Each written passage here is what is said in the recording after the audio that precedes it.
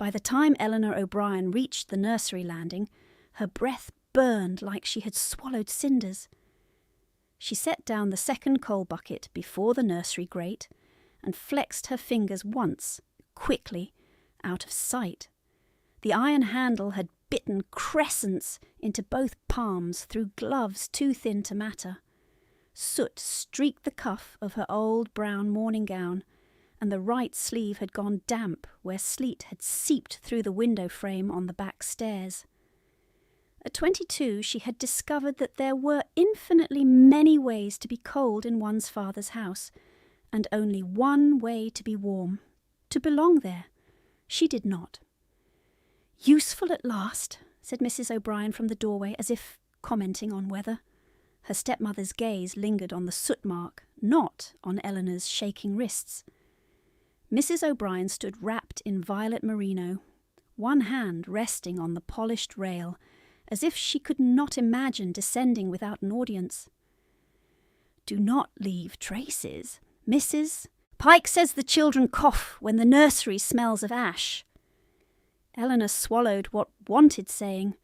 The nursery smelled of wet wool, spilled gruel, and medicine. The children coughed because Winter had moved into London and refused to leave. Still, she dipped her head. "Yes, ma'am." Mrs. O'Brien accepted the submission as her due and moved on, skirts whispering down the corridor toward rooms with brighter fires. Eleanor waited until the door closed before she crossed to the grate and coaxed the coals into an even blaze with practised hands. The nurse, old Mrs. Bell, watched from the rocking chair where she sat with the youngest child asleep against her shoulder. Her lined face was kind and weary in equal measure. "You should not be made to carry for 2 footmen," she murmured. "We should not be discussing it," Eleanor murmured back, and gave the old woman a small look that meant thank you, and please do not pay for kindness with trouble. Mrs. Bell's mouth tightened. She understood too well. When Eleanor left the nursery, she moved quietly through passages she had known since childhood, but never navigated as a guest. She had been born in this house before her father leased it to a larger family during prosperous years, then reclaimed part of it when fortunes dipped.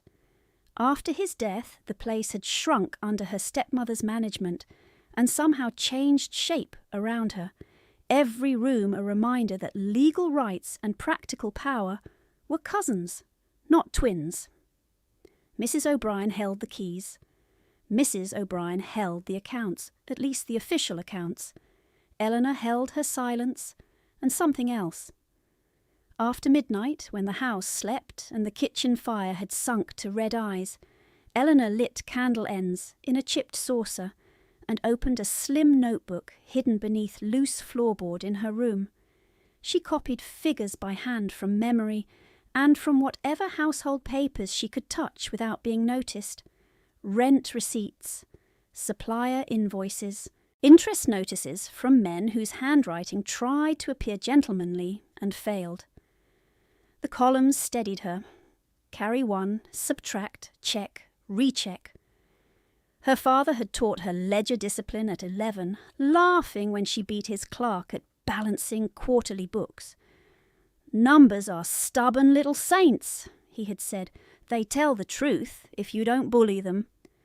Now she preserved that instruction like contraband. Each neat line was private proof that her mind belonged to herself, even if her days did not. People called her plain. She had heard it in drawing rooms where she served tea and pretended not to understand that she was the subject. Plain because her gowns were 2 seasons old and altered thrice. Plain because thinness sharpened her face and fatigue dimmed her colouring. Yet, when she forgot to keep her chin tucked, strangers looked twice.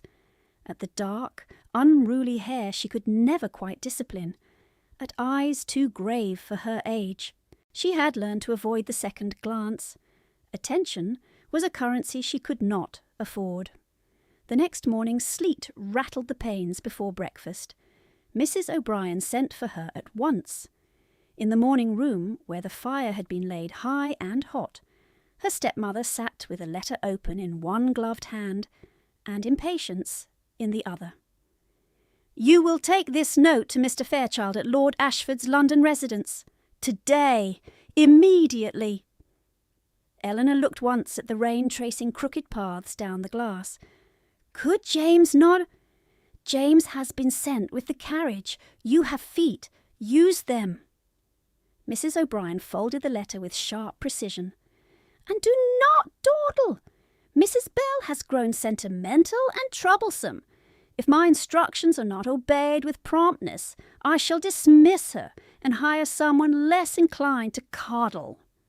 The threat landed exactly where intended. Mrs. Bell had served in this house longer than Mrs. O'Brien had borne the name.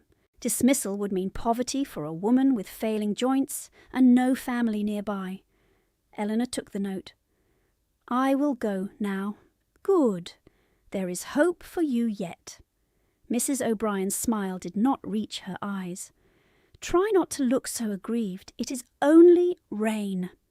Only rain, Eleanor thought, stepping into the yard as wind needled through her shawl. Only cold that settled in bone and stayed. Only streets glossed with mud and horse filth and runoff that seeped through cracked boots within the first quarter-mile. Only London in March, mean and magnificent and indifferent. By the time she reached Mayfair, her hem was soaked to the knee, and her fingers had lost distinction from one another. Ashford House rose from the street in pale stone, severe and elegant, its brass knocker gleaming through the wet. A porter accepted Mrs. O'Brien's note and shut the door with efficient neutrality before Eleanor could gather enough breath to ask whether an answer was expected. No answer. Of course not. She turned back toward home, taking the park path to save minutes she had been warned not to waste. Hyde Park in rain was half deserted, a few riders hunched against weather, a nursemaid dragging a reluctant child, 2 officers under one umbrella laughing at nothing. Near the Serpentine, Eleanor heard shouting before she understood its cause, the high panic of a groom, the shrill cry of a woman, the pounding scatter of hooves on slick ground. A pony had gone wild, eyes rolling white, traces tangled, curricle lurching sideways. One wheel struck a rut. The little vehicle tipped, righted, and then a small figure pitched out, vanishing over the bank with a splash that seemed impossibly loud. For a heartbeat, every person on the path froze. Then they all moved at once, and still no one reached the water first. Eleanor was already running. She kicked off one shoe, lost the other to mud, and slid down the embankment into black water that clamped around her ribs like iron. The shock tore breath from her chest. She heard herself gasp and hated the sound. The child surfaced once, flailing coat dragging him down. She lunged, caught wool, lost it, lunged again, and got an arm around him from behind as he thrashed and struck her jaw with a small, frantic elbow. "It's all right," she said, through chattering teeth that had begun before she felt them. "I have you. Don't swallow, don't—" The bank was farther than it had looked. Her skirts dragged like anchors. Her boots filled and pulled. The boy coughed, cried, then clung hard enough to bruise. She kicked, fought, found nothing underfoot. Then someone else was in the water beside her, a man wading in up to his chest despite the depth, coat discarded somewhere behind him. Tall, broad-shouldered, bareheaded in sleet. He took the boy first with a soldier's efficiency, then seized Eleanor by the back of her bodice when she slipped and sank to her mouth. "Hold still," he barked, voice rough as gravel. She would have told him she was trying when water closed over her lips again. In the next instant, hands dragged her upward, then forward, then onto mud and reeds where she coughed half the Serpentine back into the world. Sound returned in fragments, shouting, crying, a groom sobbing apologies, someone calling for a doctor. The child was alive, wrapped in cloaks, wailing with righteous outrage. Eleanor tried to push herself up and failed. Her limbs had become distant objects. The man who had pulled them out knelt in front of her.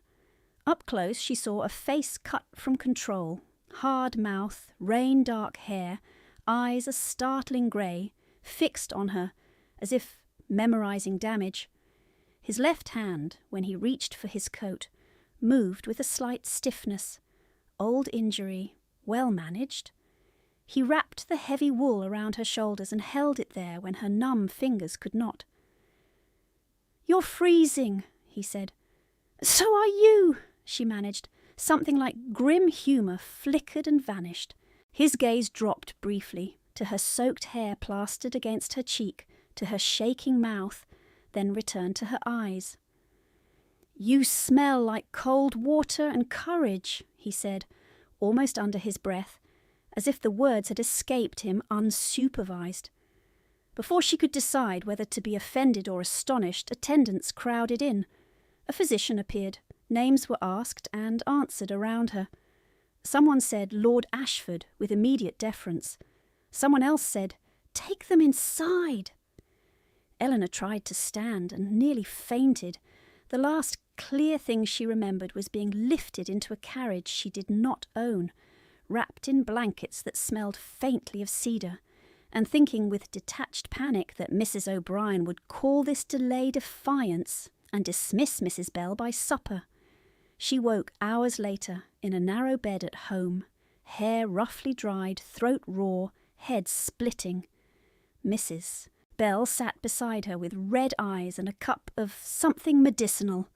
"Drink," the old nurse ordered, and when Eleanor obeyed, lowered her voice. "You saved a life today." "I disobeyed a timetable."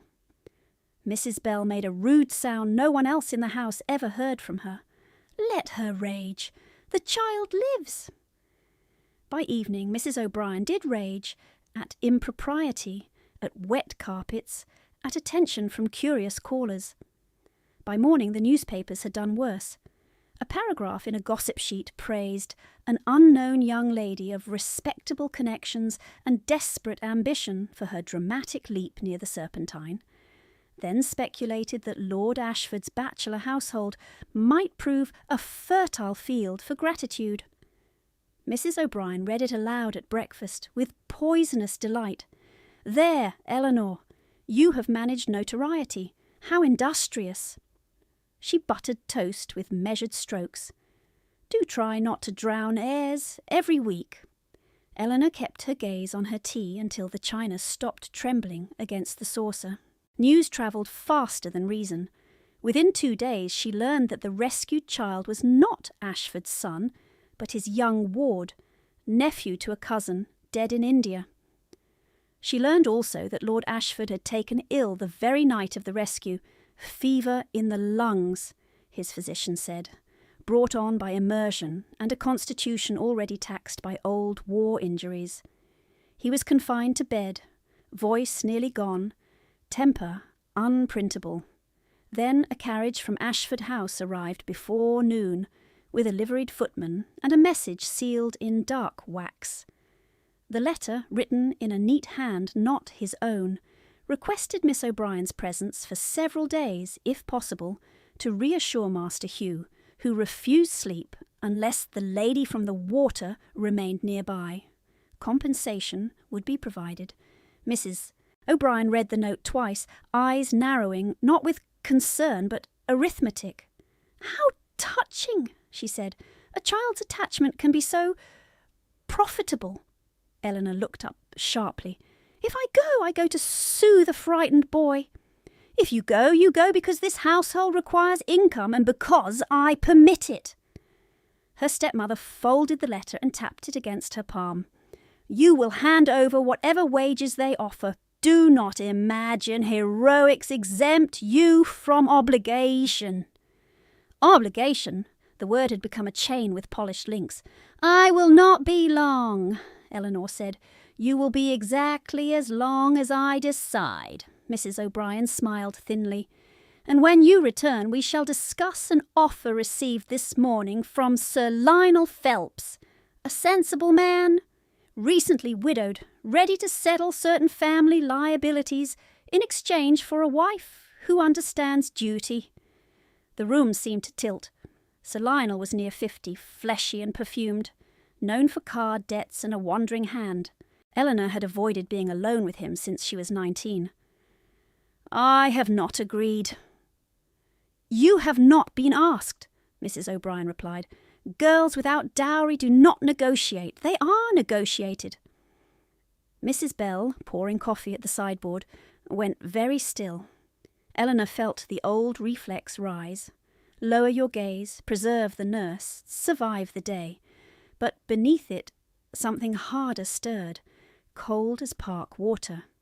She thought of the boy's weight in her arms, of numbers hidden under floorboards, of Lord Ashford's grey eyes registering not pity but measure. She thought of how easily a life could tip from a carriage and vanish if no one moved first. "I will attend the child," she said carefully. "As for Sir Lionel, I will answer when spoken to by Sir Lionel himself." Mrs. O'Brien's expression sharpened at the hint of resistance, then smoothed. "As you wish. You may rehearse refusal in your head if it amuses you. In practice, debt signs where sentiment cannot." That afternoon, Eleanor packed one plain gown, her mended shawl, and, after a long pause, the hidden notebook, wrapped in linen and tucked beneath her stays. If she was to step into another great house as a tolerated necessity, she would carry at least one weapon no one could confiscate. The Ashford carriage waited at the curb, horses stamping steam into the bitter air. As she climbed in, Mrs. Bell pressed a small cross into her palm and closed her fingers over it. "For luck," the old nurse whispered, "and for backbone." Eleanor almost laughed, almost cried, and did neither. The carriage door shut. Through the window she saw Mrs. O'Brien on the steps, watching like a creditor who had dispatched collateral and expected return with interest. London blurred past in wet grey strokes. Ahead lay a sick earl who had spoken one impossible sentence and then nothing, a child who would not sleep, a household that did not know where to place her, and a bargain waiting at home with Sir Lionel's ring at its centre like a trap. If she failed, she would lose not only herself, but Mrs. Bell and whatever remained of her father's name. So she sat very straight in borrowed wool, smelled rain and horse and distant river, and began, quietly, invisibly, to count. She counted wheel turns first, because numbers were steadier than fear. By 60 the carriage had left familiar streets. By 120 they swung beneath Ashford House's porte cochere, where 2 footmen moved before the horses fully stopped. One opened the door, the other set a stool, and neither stared at her wet hem or patched gloves.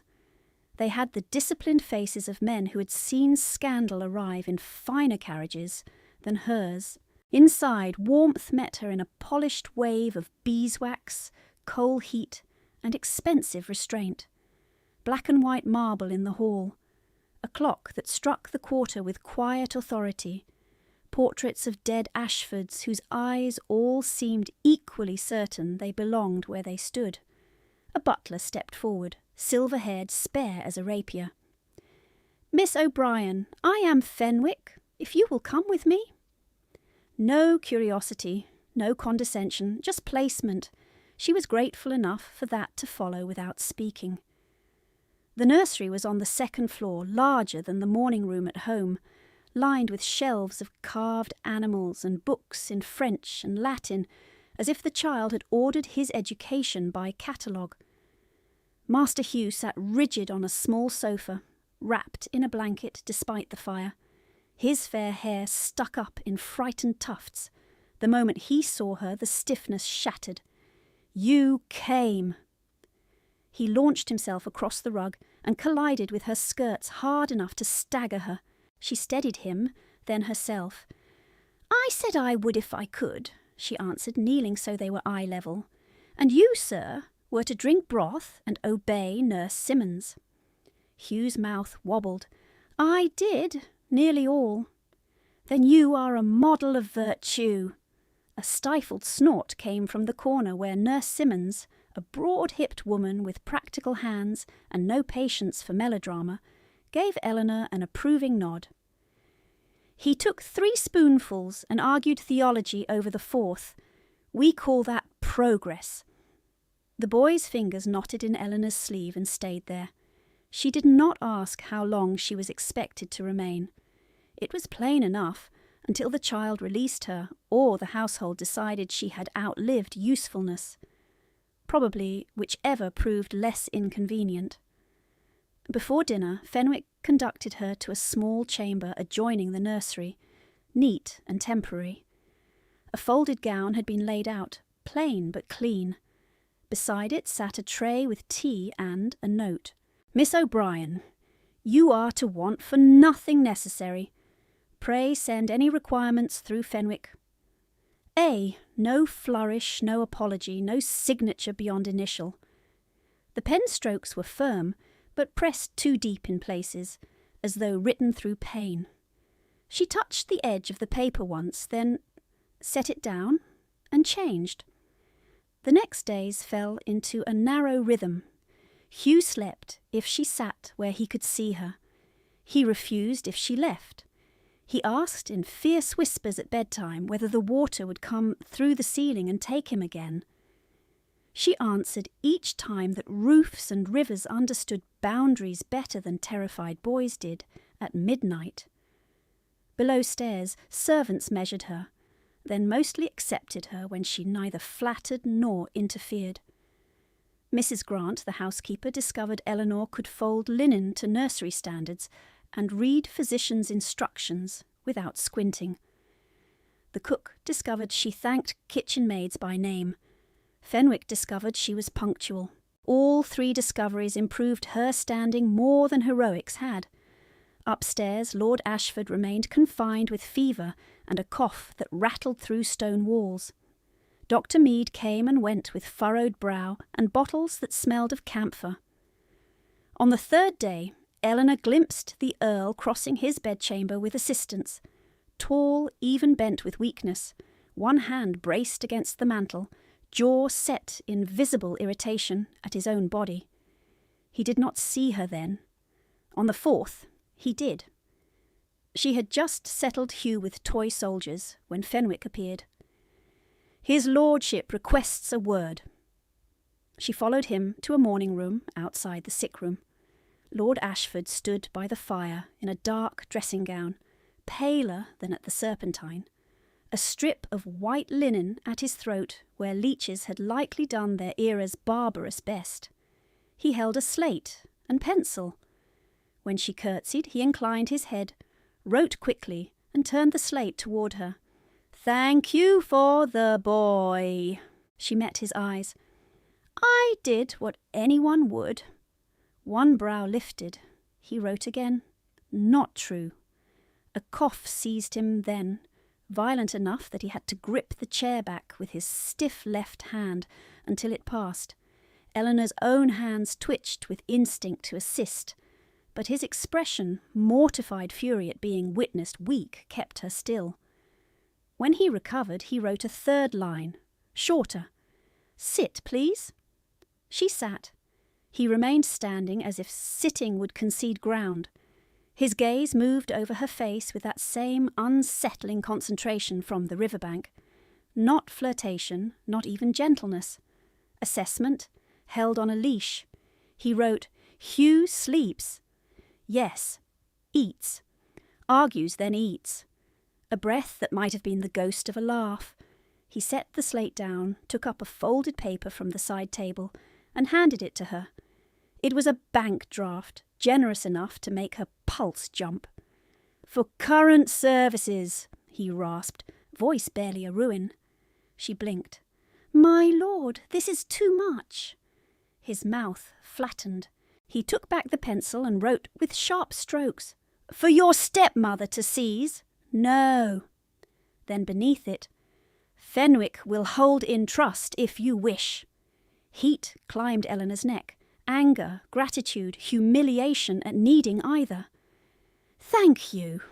He gave one curt nod as though the transaction had ended, but did not dismiss her. Instead, he wrote a final line and turned the slate slowly. "Do not return home alone after dark. Ever." The words were underlined once. She looked up, startled by the force in them. He had already turned away, the audience over by decree, if not by manners. By evening, the household had decided she was not prey, at least not simple prey. By morning, London decided otherwise. A satirical column praised the serpentine siren installed at Ashford House, suggested nursery devotion had strategic dimensions, and wondered whether earls recovered faster when attended by grateful young women with no dowry and excellent timing. The paper arrived at breakfast on Lady Cressida Bellamy's tray. Lady Cressida, Ashford's aunt, widow of a viscount, and sharp enough to pare fruit with a glance, summoned Eleanor before luncheon. "My nephew's charities are notorious," she said, seated bolt upright under a portrait of herself at 20. "I did not expect him to add damsels to his list." "I am here for Master Hugh." "Of course, and the moon is a lantern hung expressly for your walks." Lady Cressida folded the gossip sheet with meticulous fingertips. "Understand me, Miss O'Brien. I will not have this household made ridiculous. You will conduct yourself with invisibility." Eleanor clasped her hands to keep them from trembling. "I have had years of practice, my lady." Something flickered in the older woman's eyes. Surprise, perhaps respect, quickly buried. "See that you continue." The dismissal was crisp. Eleanor left with her spine straight and her stomach knotted hard as rope. That evening, Fenwick found her in the schoolroom, helping Hugh spell crocodile, and handed her another note in Ashford's hand. "If my aunt troubles you, report it." She looked toward the corridor where no one stood, then wrote on the bottom margin before she could reconsider, "I am not fragile, my lord, merely occupied." Fenwick returned the page later with 2 words added beneath hers. Noted. A. It should not have made her smile. It did. On the 6th day, trouble arrived in Violet Merino. Mrs. O'Brien swept into Ashford House at 11 in the morning, fur cuffs immaculate, expression arranged between maternal concern and acquisitive outrage. Fenwick, trained never to bar a lady of asserted status, had no choice but to show her into the blue salon and send for Eleanor. Eleanor entered to find her stepmother examining porcelain as if pricing an auction lot. "My poor child," Mrs. O'Brien cooed before a witness, loud enough for the maid at the door. "How pale! Heroism never agrees with your colouring." When the maid withdrew, the coo vanished. "You have been here nearly a week," Mrs. O'Brien said. "I assume payment has been made." Eleanor kept her face blank. "Arrangements are in place." "Then transfer them. This household is not maintained on gratitude." Mrs. O'Brien stepped closer, perfume sweet as a rot. "Do not force me to be vulgar in front of these people." A tap sounded at the half-open door. Lady Cressida entered without invitation, smile arctic. "Mrs. O'Brien, what a surprise!" Mrs. O'Brien shifted registers instantly. "Lady Cressida, I came only to ensure my stepdaughter is not abused by overwork." "How devoted!" Lady Cressida's gaze moved between them and lingered a fraction too long on Eleanor's clenched jaw. "Miss O'Brien is useful to Hugh and will remain while required." Mrs. O'Brien's lips tightened. "Required by whom?" "By me," came a rough voice from the corridor. Lord Ashford stood there, one hand on his cane, colour still poor but eyes clear and lethal. He did not enter fully. Perhaps he lacked strength, perhaps patience. His voice had improved from a rasp to gravel dragged over steel. Mrs. O'Brien dropped the smallest curtsy. "Lord Ashford, I would not intrude, but family obligations—" "Family," he repeated, as if testing an unfamiliar foreign word. "You may send any financial claims through my solicitor." "Surely that is unnecessary." Everything is necessary. The silence after was exquisite and brief. Mrs. O'Brien recovered with admirable speed. Very well, I shall not detain you. Eleanor, be ready by Thursday. Sir Lionel Phelps will call formally that evening. We have accepted. Ashford's cane struck the floor once. Accepted what? An offer of marriage. Mrs. O'Brien smiled at Eleanor with triumph, sharpened to a point. A fortunate one, given circumstances. Eleanor felt every eye in the room pin her where she stood. Heat rushed to her face, then drained away. I have not accepted, she said. Mrs. O'Brien gave a little laugh. Girls without portions rarely dictate terms. Ashford said nothing, but his gaze moved to Eleanor's, and in it she saw not rescue promised, only a question held open. Will you speak? Eleanor lifted her chin. I will speak to Sir Lionel myself. Her stepmother's nostrils flared. Thursday, she repeated, and swept out before further defiance could become spectacle. When she had gone, Lady Cressida exhaled slowly. Ghastly woman. It was the first kind thing she had said. That night, while Hugh slept at last without clutching her sleeve, Eleanor went in search of a warmer blanket and took the wrong turn in a corridor she still did not know. She found herself outside the estate office, a narrow room lined with cabinets, the door ajar, candle burning low over ledgers left open on a tall desk. She should have walked on.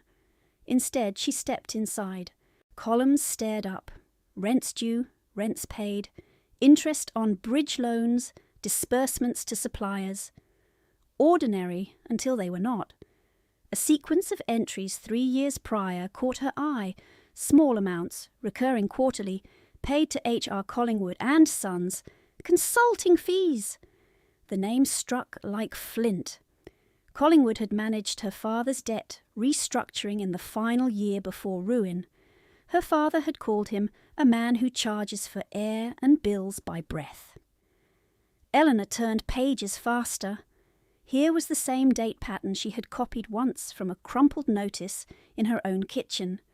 Here a figure altered by one stroke, 7 becoming 1.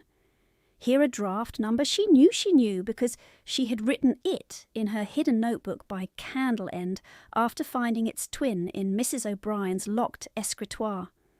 The blood roared in her ears. Miss O'Brien! She spun. Fenwick stood in the doorway, unreadable. I was looking for blankets, she said, then hated how guilty it sounded. His gaze dropped to the open ledger, then returned to her face. His lordship asked me to tell you he is in the library, if you are awake. Asked, not summoned. Her pulse kicked harder. In the library the fire had burned low to embers, and the lamps were turned down. Lord Ashford stood by the long table, coat on, cane set aside. He looked exhausted and very much awake. On the table lay 3 ledgers, 2 bundles of correspondence tied in red tape, and, impossibly, her own surname written on a sheet atop the nearest pile. O'Brien, he said, voice rough but steady now. At last! She closed the door behind her. You know my name. I knew it in Hyde Park. He gestured to a chair. Sit. This will take longer than either of us likes. She remained standing. The entries in your estate books, Collingwood, quarterly drafts, they match figures in my father's old accounts, or near enough to frighten me. They should frighten you. He leaned both hands on the table.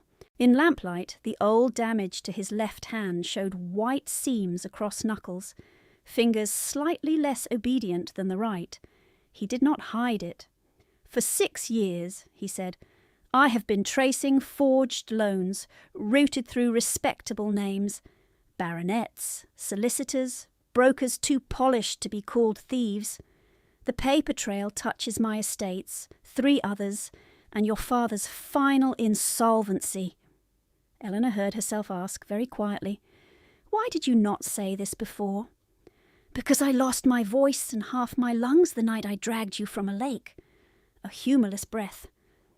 And because speaking too soon could have you silenced before I can prove anything in court. He pushed one ledger toward her, opened to a page marked in ink. This codicil transferred temporary oversight of your father's remaining assets to his widow pending your majority. The signature is wrong. Not badly wrong. Well wrong. Good enough to survive polite review, not good enough to survive hatred and a magnifying lens. My majority was 4 years ago. I know, yet oversight persisted. Convenient when one needs collateral for new debts. His jaw hardened. Your stepmother did not design the whole machine, but she is in it. Sir Lionel too, I think. He has been buying paper he cannot afford. The room tilted, steadied. Eleanor gripped the chair back until her fingers hurt. You recognised my surname in the park? Yes, and said nothing. I had no proof ready, only suspicion and a half-drowned woman I had no right to endanger further. His eyes held hers, unflinching. Silence was not indifference, Miss O'Brien. It was triage. For a long beat there was only the tick of the library clock. Then Eleanor reached beneath her bodice, drew out the linen-wrapped notebook, and set it on the table between them. I copied numbers from my house, she said. At night, receipts, notices, drafts. I thought I was preserving my father's methods so I wouldn't forget him. It seems I was preserving evidence. Ashford stared at the notebook as if it were a live coal. You carried this here? Yes. He gave one short nod that looked perilously like respect. Good. She opened to a marked page and turned it toward him. This draft number appears in your ledger and in a notice sent to Mrs. O'Brien last Michaelmas. The amount differs by £40. Enough to hide, not enough to miss.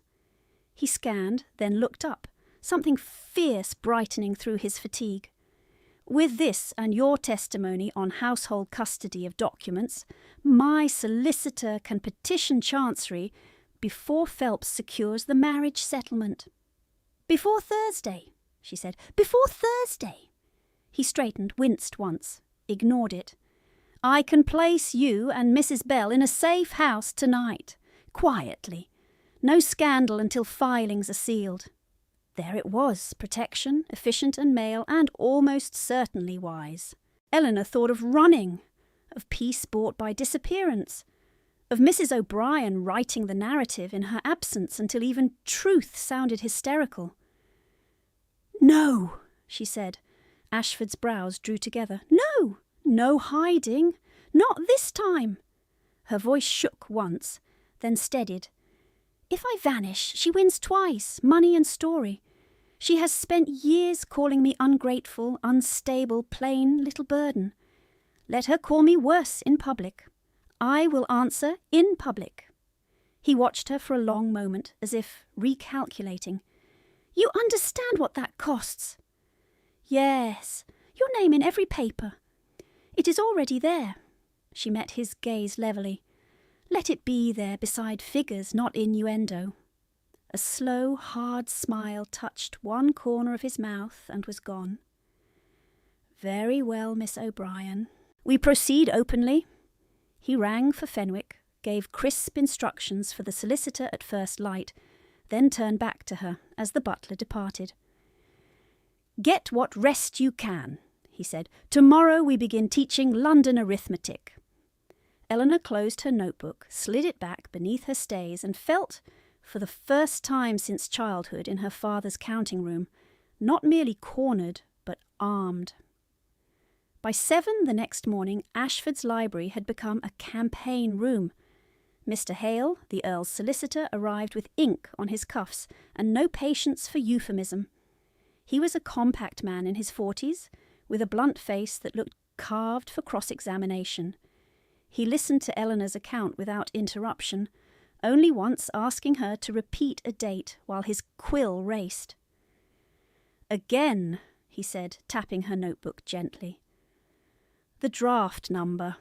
She gave it. He wrote, Ashford stood at the mantel, one shoulder braced as if his lungs still bargained for every full breath, and watched both of them like a commander counting ammunition. "We file a bill in Chancery this afternoon," Hale said at last. "Petition for injunction against transfer of Miss O'Brien's portion, challenge codicil validity, move to freeze relevant securities. If we're quick, we may prevent Phelps from converting paper into a settlement." "May," Ashford repeated. Hale grimaced. "May.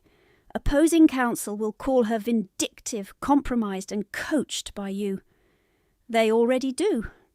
"Yes," Hale said dryly. "But we will ask the court to prefer arithmetic to gossip.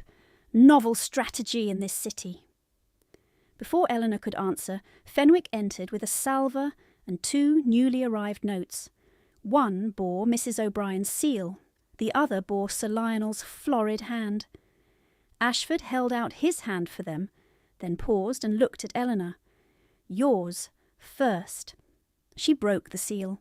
"My dear girl, as you seem determined to make yourself talked about, let us at least gain advantage from it.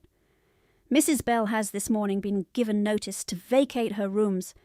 Her sentimentality has made her unfit for duty. Return by 4, and conduct yourself with obedience at Thursday's dinner, or I cannot answer for what arrangements necessity may force upon those dependent on your better sense." Eleanor read it twice. The second time she no longer saw the words, only Mrs. Bell's hands, swollen at the knuckles, buttoning little Hugh's collar with infinite care, Mrs. Bell's whisper at the carriage, "for backbone." Ashford's voice cut in, low and dangerous. "What?" She passed him the page. His jaw hardened as he read. Hale swore under his breath. "Sir Lionel's?" Ashford asked. Hale opened that one with less ceremony, scanned it, and gave a short, humourless laugh. "Phelps invites his lordship to Thursday supper, to clear misunderstandings amiably among friends." He looked up. "He knows we moved today. This is positioning." "Or bait," Ashford said. "Both." Eleanor folded her letter with deliberate care so her hands would stop shaking. "She will turn Mrs. Bell out to frighten me into silence." "She is doing more than frightening." Hale reached for his hat. "I'll dispatch a clerk to your house at once. We remove Mrs. Bell before noon, if she's still there." "And if she is not?" Eleanor asked. No one answered immediately. Ashford set Mrs. O'Brien's letter on the fire and watched it blacken at the edges. "Then we find her first," he said, "and we do not wait for polite channels." By 10, London had been informed of Eleanor's moral collapse. A broadsheet appeared at Ashford's breakfast table, purchased by no one in the house and delivered somehow to every servant's corridor in duplicate. It alleged that Miss E.O.B., late of uncertain means, had insinuated herself into an aristocratic nursery, forged claims upon family moneys, and encouraged a childish attachment to secure residence under a gentleman's roof. It quoted anonymous sources praising Mrs. O'Brien's Christian fortitude. It hinted, with vulgar precision, that Lord Ashford's convalescence had become less than solitary. Nurse Simmons, white with fury, used the paper to line the coal scuttle. Lady Cressida did not bother with discretion. She marched into the library and flung her copy across Hale's documents. "Your enemies print faster than your clerks, Ashford." He looked at the column once, then passed it to Eleanor. "You need not," he began. "I do," she said, and read every line. Better poison named than swallowed blind. When she set it down, she found Lady Cressida studying her, not unkindly. "If you retreat now," the older woman said, "they'll call it confession. If you proceed, they'll call it insolence. In your place, I should choose whichever accusation I wore better." Eleanor nearly smiled. "Insolence, then." "Good girl," Lady Cressida said, and as if catching herself in tenderness, added briskly, "Fenwick, send for more sealing wax." At noon, Hale's clerk returned from O'Brien House alone. "Mrs. Bell is gone, sir," he reported. "Dismissed at dawn, neighbours say. Trunk in hand, put into a hired hack with 2 men. No forwarding direction. Mrs. O'Brien told staff she'd stolen plate." "Stolen!" The word came out of Eleanor like a crack. The clerk swallowed. "There's more, miss. Your room on the upper floor had a hearth accident overnight. Floorboard by the bed burned through. Landlady says no books survived." The hidden compartment, her father's loose account papers, what remained beyond her copied notes, gone in one convenient fire. For a moment the room narrowed to a ringing point. She gripped the table edge and forced herself upright. Ashford stepped toward her, stopped short of touching. "Breathe!" She did, once, twice. The air felt made of glass. Hale was already writing orders, voice clipped. "We can still proceed on copied entries and bank subpoenas. We petition to preserve testimony from household servants before they scatter. I'll have a runner to Bow Street, Bell." "On what charge?" Eleanor asked. "Likely none, yet. Merely intimidation." Ashford turned to Fenwick. "Double guards on the archive room. No one enters without my word." It should have been enough for one day's damage. It was not. At 1:30, as Hale prepared to leave for Chancery with the key bundles tied in red tape, a stable lad stumbled into the hall, bleeding from the brow. The dispatch box had been taken 2 streets from Lincoln's Inn by men who smashed the carriage window, struck the clerk, and vanished into alley traffic before anyone could shout watch. Inside that box had been Ashford's original Collingwood correspondence. Hale returned an hour later, empty-handed and furious. "We filed what we could. Without the originals, opposing counsel will call our ledger chain reconstructed fantasy." He pulled off his gloves, finger by finger, as if skinning someone. "We have enough to start a suit, not enough to strangle a defence." Eleanor sat very still as the meaning settled. Mrs. O'Brien had not merely countered, she had moved first, struck evidence, witness, and reputation in one morning, and left them proving negatives while Thursday approached like an execution date. If Mrs. O'Brien succeeded now, Eleanor would lose more than inheritance. She would lose legal standing, her father's name in public record, Mrs. Bell's safety, and any chance of speaking truth before it calcified into hearsay. Sir Lionel would acquire a wife tied by coercion and debt, and everyone would call it prudent. By dusk, Hugh asked why no one was laughing in the corridors. Eleanor told him grown-ups had misplaced important papers and were being melodramatic about it. He accepted this with solemn pity and offered her a tin soldier for luck in battles with terrible handwriting. She kept it in her pocket all evening. The genuine collapse came just after dark. A Bow Street runner arrived with rain on his shoulders and a folded charge notice in his hand. Mrs. Bell had indeed been taken, picked up near Holborn by a parish officer, acting on complaint from Mrs. O'Brien's steward, theft of household silver and breach of trust. Remanded overnight pending surety. "Surety set high," the runner said. "Uncommon high for an old nurse, if you ask me." "Engineered," Hale said flatly. Ashford did not raise his voice. "Can we post it?" "Yes, by morning, but the charge remains." And a charged witness was a tainted witness.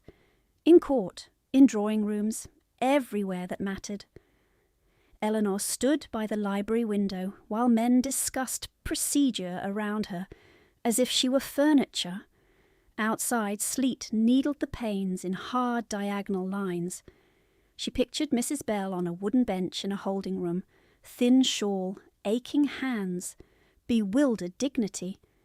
She had been dragged into this because Eleanor had stepped into water, into Ashford House, into a fight. "I should go back," Eleanor said suddenly. Hale stopped mid-sentence. absolutely not. I should go to Mrs. O'Brien and agree to whatever she wants. If Belle is released, if the charge is withdrawn, no. Ashford's voice was rough iron. That is not negotiation. That is surrender to extortion.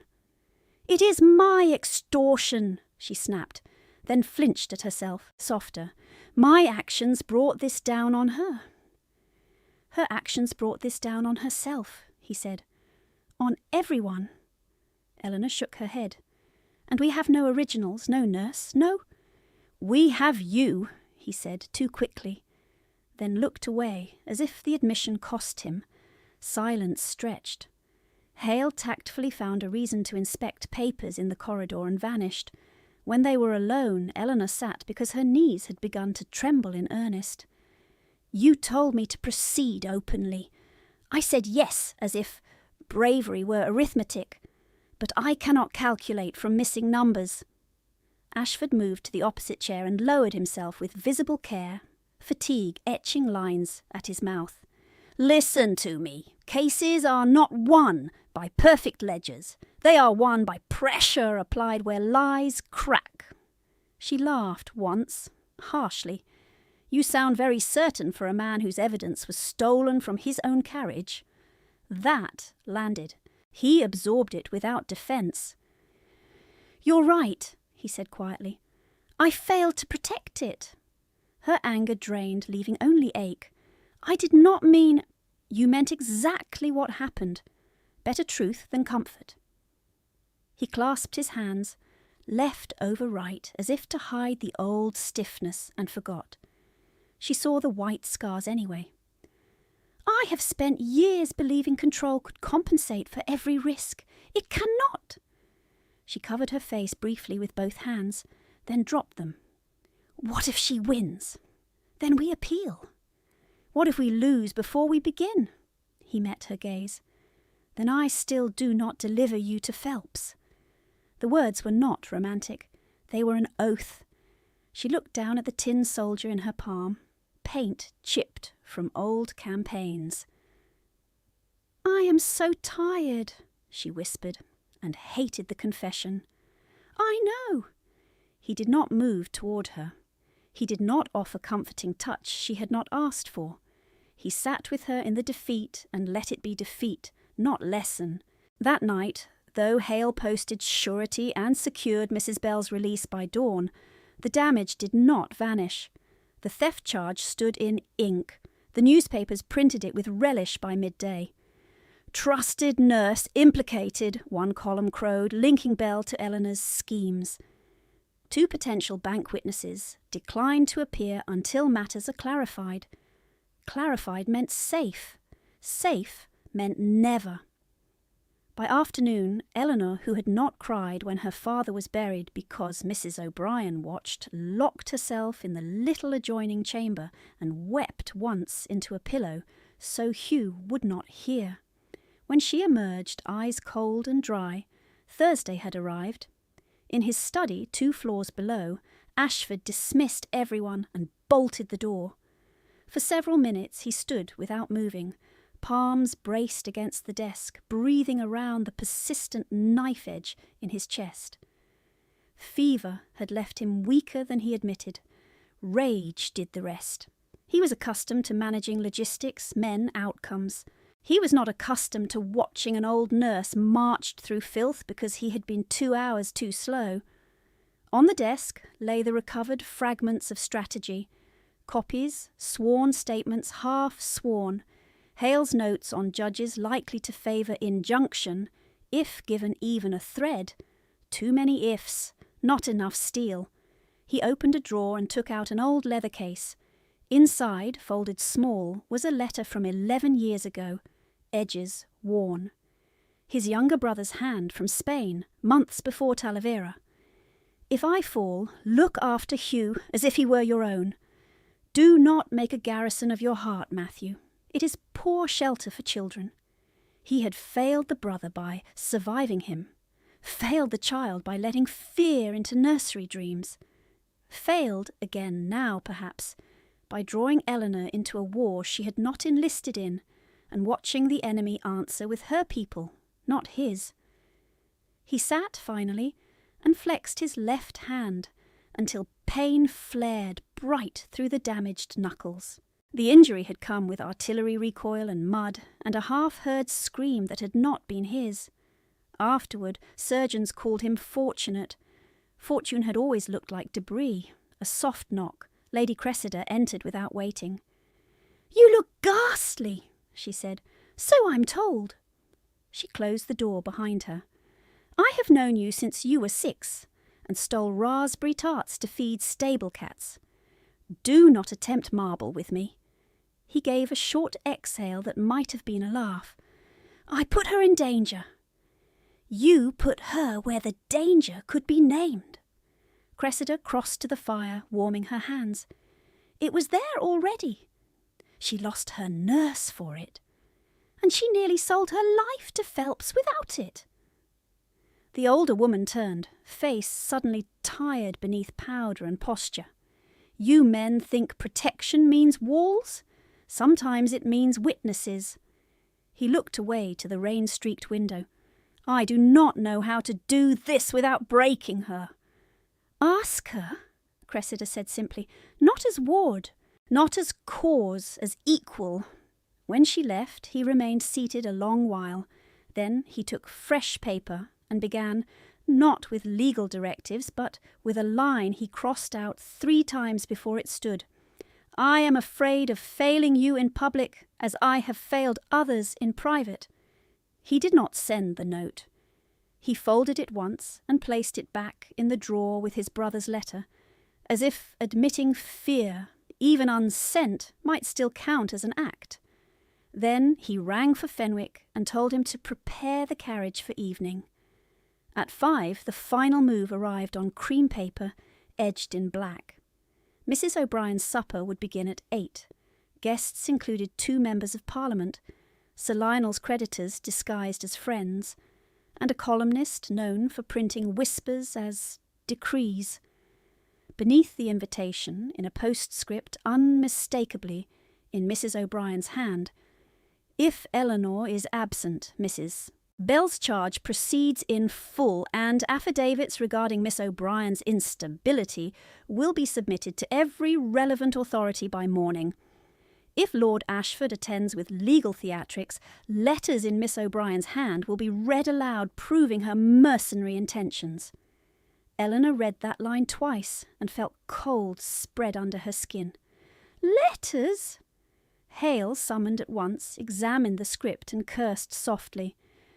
"Forgeries, likely, but read in that room by the right man, they become social fact before dawn." Ashford took the paper and set it flat, smoothing the crease with scarred fingers. "Then we do not let the right man read uninterrupted." Hale spread documents across the library table. Eleanor's notebook copies, a sworn statement from the Bow Street runner about unusual pressure on Bell's bail, a late shaky affidavit from a former Collingwood clerk found drunk and terrified, admitting to adjustments ordered by superiors, and newly arrived by special messenger certified bank extracts matching 2 of Eleanor's draft numbers exactly. "Not enough for comfortable victory," Hale said. "Enough for blood if delivered cleanly." "And if they shout us down?" Eleanor asked. "Then you shout back," Lady Cressida said from the doorway, gloved and magnificent in dark satin. "I have done it for 40 years. It is mostly diaphragm." Hugh, smuggled in by Nurse Simmons in his nightshirt, clutched Eleanor's hand. "You're going to the bad dinner." "Yes." He pressed the tin soldier into her palm again. "For the shouting part." She closed her fingers around it. "Thank you, Lieutenant." At 7:30 the house moved with the controlled chaos of battle prep. Fenwick carried the document case himself. Hale checked seals twice. Ashford stood in the hall in black evening coat, still too pale, eyes like storm glass. Eleanor descended the stairs in her plainest dark gown, the one least likely to rustle when she shook, and stopped before him. For a moment neither spoke, Then he held out his arm, not command, not rescue. "Miss O'Brien," he said, voice low and steady despite the strain she could hear beneath it. "Shall we go teach them arithmetic?" She placed her hand on his sleeve. Outside, rain began again, fine and relentless. The carriage door closed behind them like a verdict not yet read. The carriage rocked to a halt before O'Brien House at 3 minutes to 8. Light spilled from every lower window. Through lace curtains, Eleanor caught flashes of crystal and uniformed shoulders, heard a violin from the music room, laughter pitched too high to be natural. Mrs. O'Brien had staged it perfectly, crowded enough for witnesses, genteel enough for denial. Fenwick stepped down first with the dispatch case. Mr. Hale followed, jaw set. Ashford offered Eleanor his hand as she descended. His fingers were warm, steady, scarred. "Ready?" he asked. "No," Eleanor said. "Yes." His mouth moved almost a smile. "Good. Fear means you still know the stakes." A footman opened the door before they could knock. Surprise flared across his face, then vanished beneath training. "Lord Ashford, Miss O'Brien, Mr. Hale." "Announce us," Ashford said. They entered together. Conversation snapped, frayed, reformed into murmurs as names rippled through the drawing room. Sir Lionel stood near the fireplace, jewelled waistcoat straining over his middle, expression souring by the second. Beside him, Mrs. O'Brien in black satin and jet beads turned with hostess grace sharpened to a blade. "How delightful," she said. "Uninvited guests always improve a dinner." Lady Cressida, who had come in separately and now sat like an empress among minor nobility, lifted her glass in silent salute to Eleanor. Mrs. O'Brien's gaze settled on Eleanor's plain dark gown. "My dear, you might at least have dressed for your own announcement." Eleanor felt the room tilt toward her. Curious, hungry. If she waited, she would drown in it. She stepped into the centre of the carpet and pitched her voice to carry. "Before any announcement is made, I ask the company's attention." That did it. Fawkes paused. A woman near the pianoforte leaned forward openly. The columnist from the Society Mercury reached for his notebook. Mrs. O'Brien laughed. "Do not indulge this. Eleanor has had a trying month and mistakes excitement for importance." Eleanor did not look at her. She looked at the room. "My stepmother intends tonight to declare my engagement to Sir Lionel Phelps," she said. "I do not consent. Further, I accuse Mrs. O'Brien and Sir Lionel of using forged instruments to control property belonging to my late father's estate and to coerce that marriage for debt settlement." The silence that followed had weight. Then voices broke at once. "Good God! Impossible! Miss O'Brien, this is monstrous!" Mrs. O'Brien struck her fan against her palm. "Hysterics! I warned you all she was unstable." "Unstable women," Eleanor said, turning to face her at last, "do not keep double entry records for 4 years by candle end." She held out her hand. Hale placed a folded sheet in it. "January 10th, 3 years ago," Eleanor said clearly. "Draft number 4471, payable to H.R. Collingwood and Sons, recorded in Lord Ashford's estate books at £120. The same draft number appears in my father's household notices at 160. £40 siphoned. Repeated quarterly, with variations designed to look like rounding errors." She handed the sheet to the nearest guest, a member of Parliament with poor hearing and excellent vanity, so he had to read it aloud to prove relevance. He did, stumbling, and frowned. Mrs. O'Brien lifted her chin. "Even if such differences existed, they are clerical noise. You know nothing of business." "My father taught me business before you learned the house key," Eleanor said. A rustle, shock at the sharpness. "Good." She took the next paper from Hale. "Here is the codicil granting temporary oversight of my portion, dated after my father's fever began, witnessed by a clerk who was in Bristol that week, according to coaching records. Signature, Patrick O'Brien. She held up a second sheet, and here are 6 genuine signatures from his account books. The terminal loop on the B always closes left. In the codicil, it closes right. A careful forgery, but not his hand. Sir Lionel shoved off the mantle and strode toward her, face flushed. "You insolent little liar! You think memorising sums makes you a lady?" "No," Eleanor said. "Surviving you made me one." Laughter, brief, shocked, darted through the edges of the crowd and died when he reached her. Sir Lionel grabbed her wrist hard enough to grind bone. "You will apologise now." Pain flashed white. Instinct screamed freeze. She did not freeze. Eleanor twisted the way Nurse Simmons had shown Hugh when bullies caught him by the sleeve, toward the thumb, sharp and fast, and tore free. Her voice came out like struck metal. "Do not touch me again. I will testify under oath in Chancery tomorrow morning and every morning after, even if every door in London closes against me." Sir Lionel raised his hand as if to seize her again. Ashford moved then, not in front of her, but to her side, one step back, witness, not shield. "Try it," he said softly to Sir Lionel, "in this room, before MPs and press. Give me that gift." Sir Lionel's hand dropped. Mrs. O'Brien recovered first. "Very theatrical. Since we are trading papers, perhaps I should read a few letters in Eleanor's hand, letters discussing how best to secure Lord Ashford's gratitude." A servant produced a packet. The columnist nearly vibrated.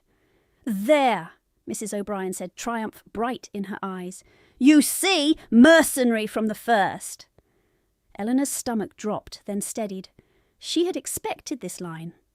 "Read the date on the top letter," she said. Mrs. O'Brien blinked, annoyed. "March 14th. March 14th was a Sunday this year. Yet that letter references a bank transfer this morning at Child and Kaisertzit. Banks are closed Sundays." Eleanor stepped closer, voice calm. "Second, the paper bears a watermark from Belgrave Mill's new dye, introduced in April. Third, my father taught me never to dot an I with a circle. Whoever forged these has a sentimental education." A small sound, half laugh, half gasp, ran through the room. Mrs. O'Brien's cheeks mottled. "You impudent!" "Enough," Ashford said, and now his voice carried command with no strain. He addressed the room. "Mr. Hale has filed a bill in Chancery this afternoon. I have provided certified bank extracts and sworn statements regarding witness intimidation, evidence theft, and false charges against Mrs. Bell, long-serving nurse in this house. I will finance Miss O'Brien's suit to conclusion. I will testify to her character and to the chain of accounts linking Phelps and Collingwood dealings." He turned to Sir Lionel, grey eyes like winter steel. "And if any club of which I am member continues to receive you while this stands, I resign publicly and explain why." That landed harder than shouting. Men who had ignored moral rot for decades looked suddenly ill. Sir Lionel blustered. "You cannot ruin me on a female's tantrum." Ashford shrugged once. "Watch me." Mrs. O'Brien swung toward the guests, voice cracking at the edges. "You all know me. You know what ingratitude looks like. This girl has been fed, housed, guided." "Sold," Eleanor said. "You mean sold?" The word rang. She drew one final document from the case herself, hands no longer shaking. "This is the debt instrument signed by Sir Lionel's man of business 3 weeks ago. Clause 7. Upon solemnisation, debts listed in Schedule C to be offset by transfer of Miss E.O.B.'s settled portion under current widow's control. My name appears where any other collateral would appear." She laid it on the nearest table, beside the crystal punch bowl, where everyone could see. No one spoke for 3 full heartbeats. Then Lady Cressida set down her glass with a click like a gavel. "Well," she said into the hush, "that seems ugly enough for court." The room exhaled into chaos, questions, excuses, strategic retreat. Eleanor stood very straight amid the noise, wrist throbbing, lungs burning, and realised the worst moment had passed. She had not been swallowed whole. Mrs. O'Brien stared at her, not defeated yet, but finally afraid. Mrs. O'Brien did not surrender after supper. She counterattacked by breakfast. By 9 the next morning, 3 papers declared Eleanor a perjurer coached by a lovesick earl. By noon, Sir Lionel had retained Sercombe, one of the most expensive barristers in London, and petitioned to strike Eleanor's notebook as private fantasy.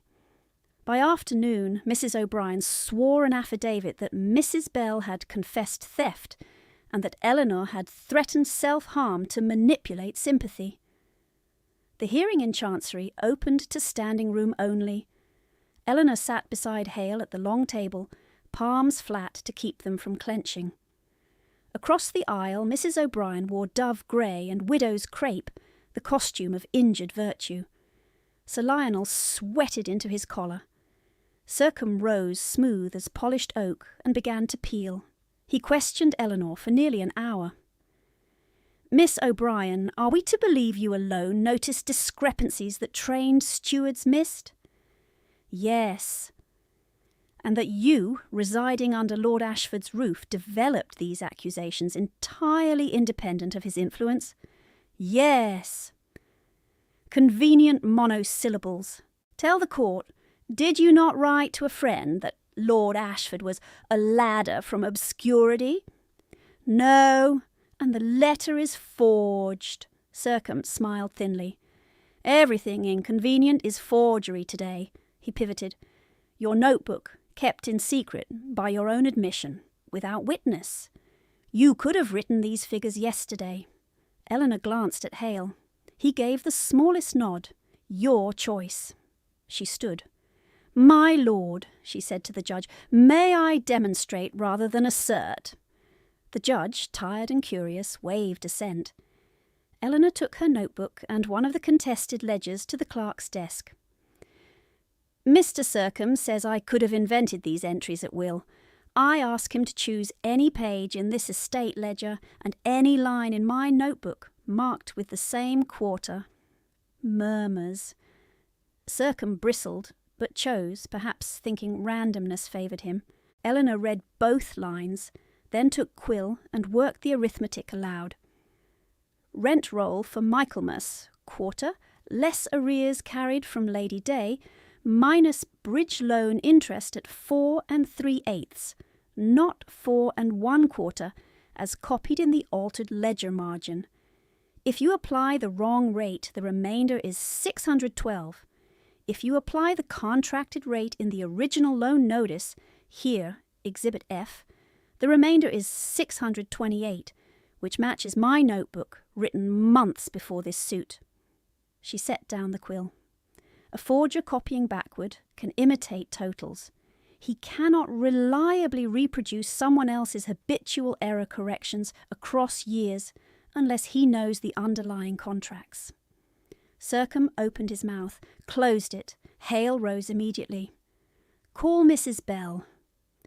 A stir ran through the courtroom as the old nurse shuffled to the stand, hands shaking but voice clear. She denied theft flatly. Hale produced pawnbroker receipts for the missing silver, signed by Mrs. O'Brien's steward 6 months earlier. The steward, hauled in under subpoena, tried to deny, then broke when presented with his own handwriting and 2 witnesses from the pawn shop. Mrs. O'Brien leaned forward, hissing at Sercombe. He asked leave to recall her. On the stand she fought like a cornered cat. "Yes, I managed finances. Yes, with authority. Yes, I sought a prudent match. Would you rather see girls in the street? Miss O'Brien has always been fanciful. Lord Ashford has filled her head." "Mrs. O'Brien," Hale interrupted, "did you or did you not instruct your maid to burn floorboards in Miss O'Brien's room the night before we sought original papers?" No. Did you dismiss Mrs. Bell at dawn without references? She was incompetent. Did you sign this note? He held up the letter, threatening Bell. She hesitated a fraction too long. It resembles my hand. Because it is your hand. Sercombe objected, overruled. Hale's voice sharpened. And this debt instrument naming Miss O'Brien as collateral, did you negotiate it with Sir Lionel? I negotiated family survival. Answer. Yes. The single word dropped like a stone into water. Sir Lionel surged up from his bench. Do not put this on me, Margaret. You said the girl would sign quietly. The judge banged for order while spectators craned like geese. Sir Lionel sat, face ashen, realising too late he had confessed to expectation of coercion. When it was done, the judge reserved written order for the following week. No one celebrated yet. That week was war by paper. Sercombe filed motions. Hale answered. 2 more clerks came forward when granted indemnity. A bank manager certified signature mismatches. The columnist who had printed slander wrote a defensive piece and made it worse. On the day of judgment, rain hammered the court windows. The judge read for 40 minutes, in a voice that flattened drama into law, codicil invalid, fiduciary abuse established, injunction made permanent. Mrs. O'Brien to repay misappropriated sums with costs. Sir Lionel's debt instrument void as unconscionable coercion. Theft charge against Mrs. Bell dismissed with censure to complainant. Further, the judge added, peering over spectacles, I direct that Miss Eleanor O'Brien's restored portion be settled immediately under her sole legal control. Eleanor did not realise she was crying until Mrs. Bell pressed a handkerchief into her hand and said, None of that in open court, miss. You'll make me start. Across the aisle, Mrs. O'Brien stood rigid, lips bloodless. This is not over, she whispered as Eleanor passed. For the first time in years, Eleanor answered without lowering her gaze. It is for me. Sir Lionel didn't speak. He pushed through the crowd and out into rain where 2 men from his club pretended not to know him. On the court steps, London waited. Reporters, gawkers, creditors, opportunists, one boy selling chestnuts, and Hugh perched between Fenwick and Nurse Simmons, trying very hard to look dignified. When he saw Eleanor, dignity failed. He barreled through adults and crashed into her skirts. Did you win?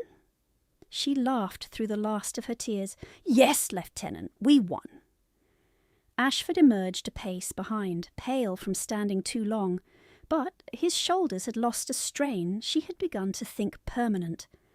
Hale spoke to reporters in clipped legal phrases, while Lady Cressida informed anyone within range that justice, though late, had occasionally acceptable manners. A reporter shouted, Miss O'Brien, are you now under Lord Ashford's protection? Eleanor turned. The crowd leaned in.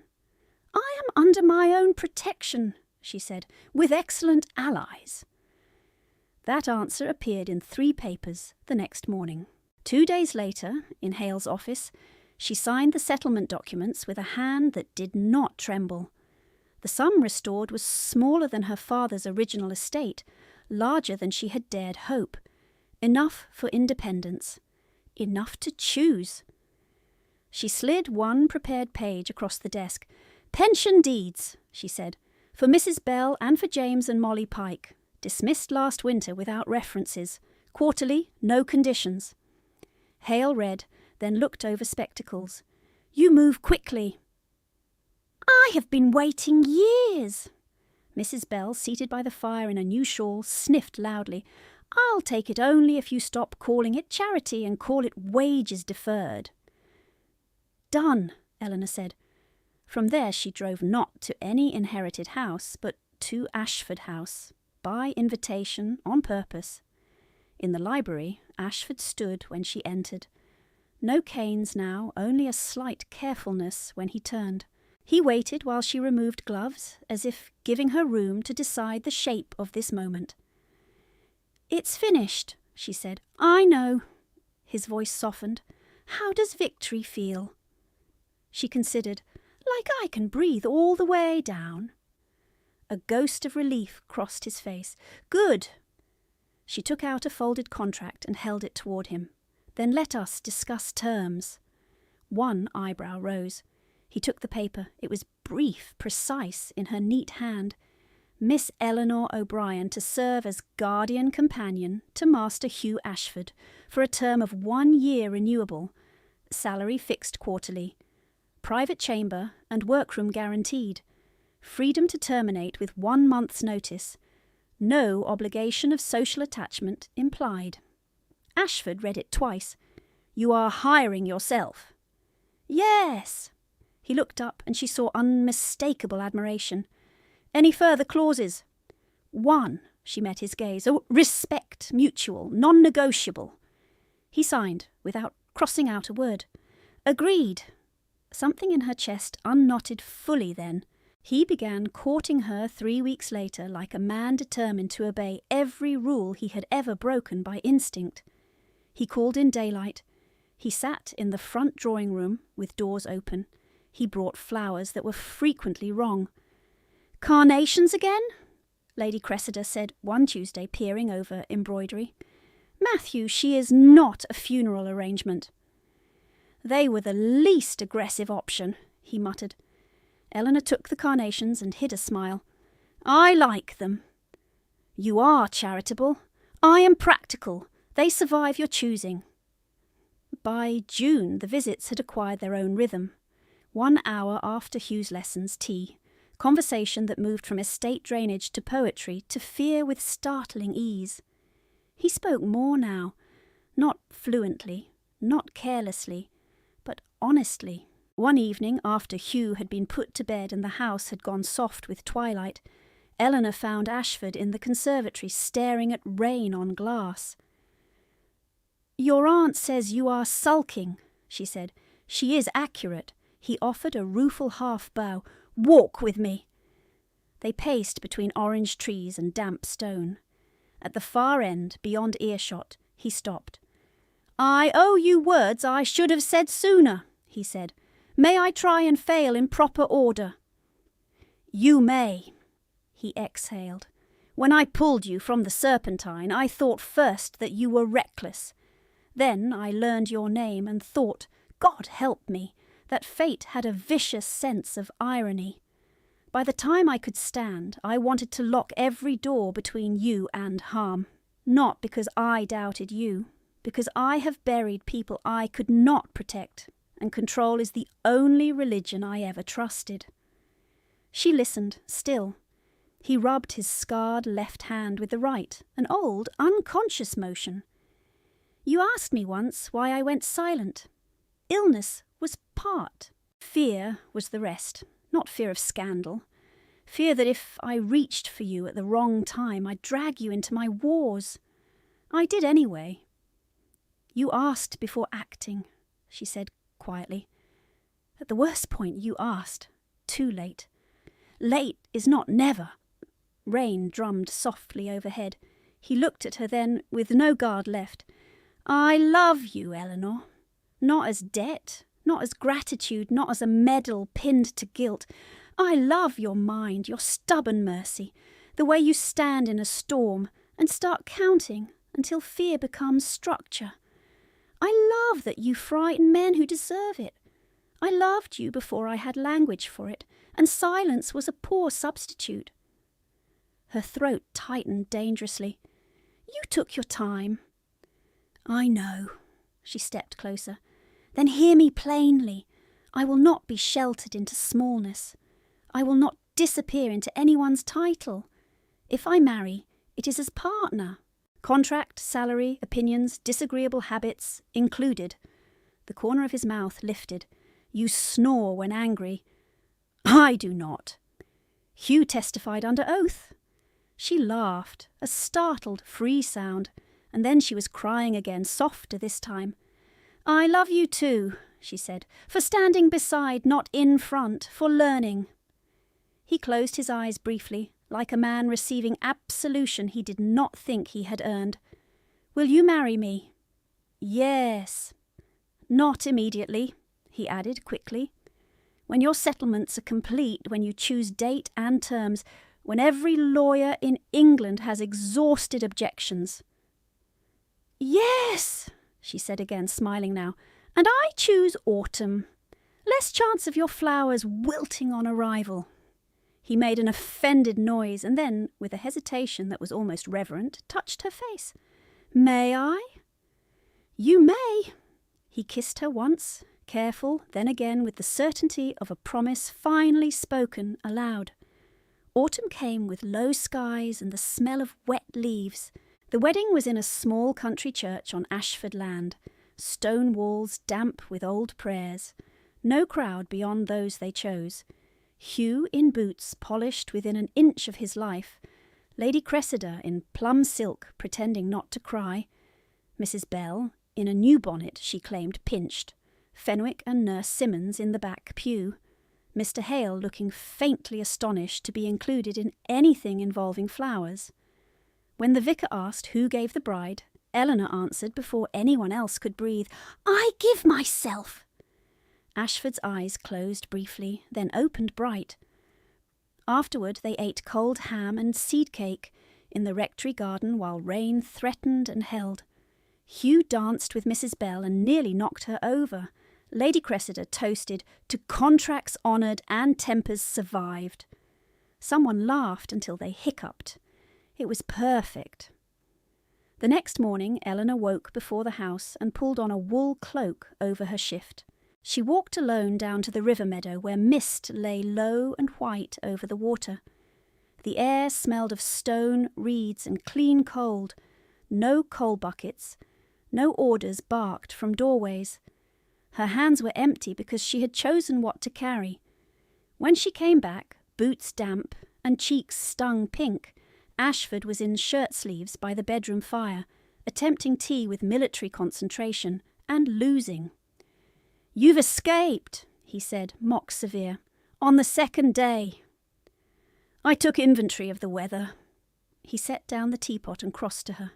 He breathed in at her temple, smiled against her skin, and this time there was no flinch, no week of silence waiting behind the words. "You smell like mist and river wind," he murmured. "And courage.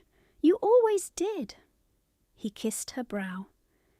Outside, rain began softly on the windows, and inside, for the first time in her life, Eleanor belonged to the room she stood in,